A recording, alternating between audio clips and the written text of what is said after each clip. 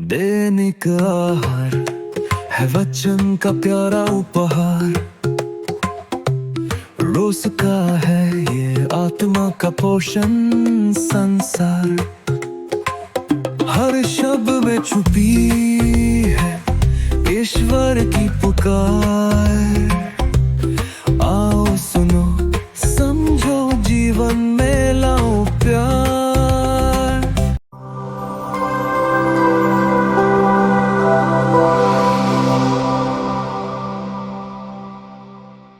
सबको जय यीशु। प्यारे भाई और बहनों, मुझे यकीन है कि आप सब विश्वास करते हैं कि यीशु ईश्वर है।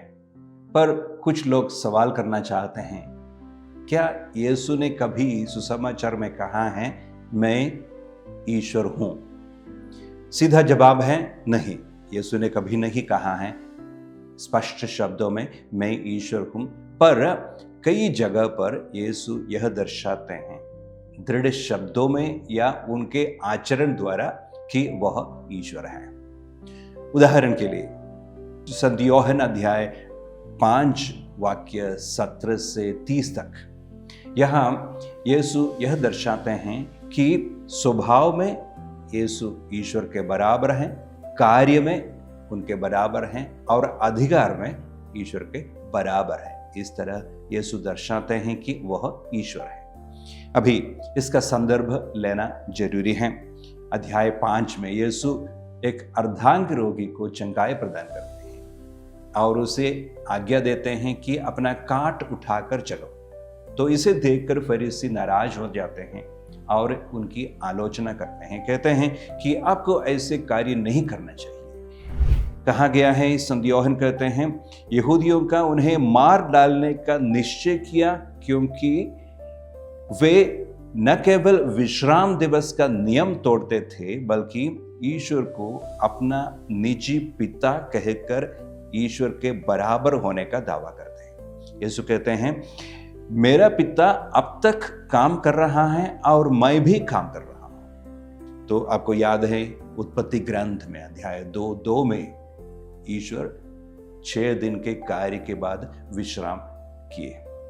पर सचमुच ईश्वर विश्राम नहीं करते हैं। सृष्टि को आगे ले चलने का, सृष्टि को कायम रखने का कार्य जारी रहता है। ईश्वर कभी विश्राम नहीं करता है।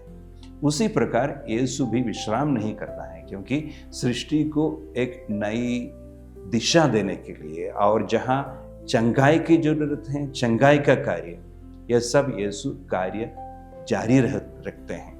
जिस प्रकार ईश्वर हमेशा कार्यरत रहता है, उसी प्रकार यीशु भी कार्यरत रहता है। तो दूसरी बात है जहां यीशु बड़े कड़े शब्द से कहते हैं कि वह ईश्वर के बराबर हैं अपने कार्य द्वारा। जो कार्य पिता कर रहे हैं वही कार्य यीशु भी कर रहे हैं।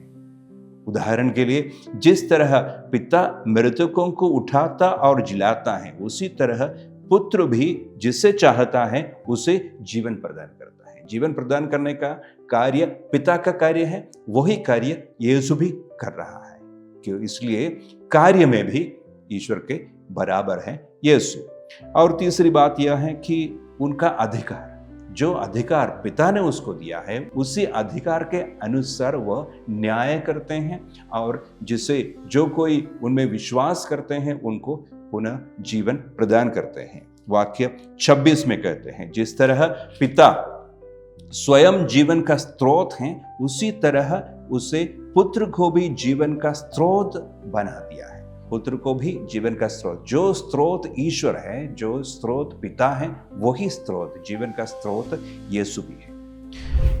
इसलिए प्यारे भाई और बहनों, इस पाठ को पढ़कर हमें क्या विचार धर कर रखना है कि यीशु जो कार्यरत है भलाई करने के लिए, चंगाई देने के लिए, लोगों को सांत्वना देने के लिए, सृष्टि कार्य को जारी रखने के लिए, वही कार्य यीशु हमें भी सौंप देते हैं। हमें भी विश्राम के दिवस हो, अपने ही आत्मा की पुष्टि के लिए, आत्मा की भलाई के लिए, जैसे संडे का दिन है, चर्च जाना अनिवार्य है हम कैथोलिक लोगों के लिए, चर्च जाए, खुशी खुशी चर्च जाए, क्योंकि हमारी आत्मा की पुष्टि के लिए, आत्मा की भलाई के लिए ईश्वर की आराधना करना, साथ ही साथ लोगों से मिलना, दोस्त लोगों की भलाई खोजना, जिसको आपकी सांत्वना की ज़रूरत है, आपकी सहायता की ज़रूरत है, आर्थिक हो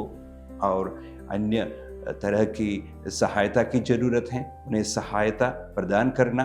तो यह कार्य जारी रखना हमारा भी कर्तव्य है। जो कार्य ईश्वर ने हमें सौंप दिया है, उसी कार्य को जारी रखना हमारा कर्तव्य रहता है। इसलिए हम प्रार्थना करें कि जैसे यीशु हमारे साथ चलकर हमारी सहायता करते रहते हैं, हमें नया जीवन प्रदान करते रहते हैं, उसी प्रकार हम भी अपनी जिम्मेदारी को समझ लें कि समाज के कल्याण के लिए, समाज को एक नई दृष्टि, नई चेतना देने के लिए जो बुलावा हमें मिला है, उसके अनुसार हम कार्यरत रहें। धन्यवाद।